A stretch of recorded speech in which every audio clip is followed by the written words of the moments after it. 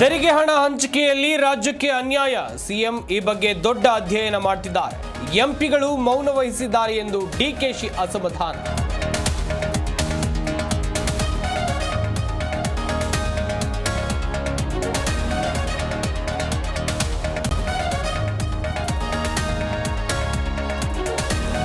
Fine ತಪ್ಪಿಸಿಕೊಳ್ಳೋಕೆ Kiladi lady ನಯಾ plan. ಕಾಲಿನ ಪಾದದಿಂದ ನಂಬರ್ ಪ್ಲೇಟ್ ಕವರ್, ಎಲ್ಲೆಡೆ ಲೇಡಿ ಫೋಟೋ ಹಲ್ಚಲ್.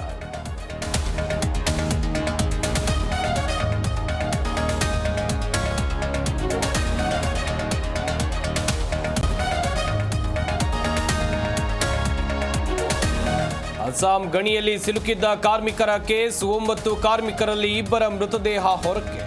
ರಕ್ಷಣಾ ಸಿಬ್ಬಂದಿಯಿಂದ ಕಾರ್ಯಾಚರಣೆ ಚುರುಕು.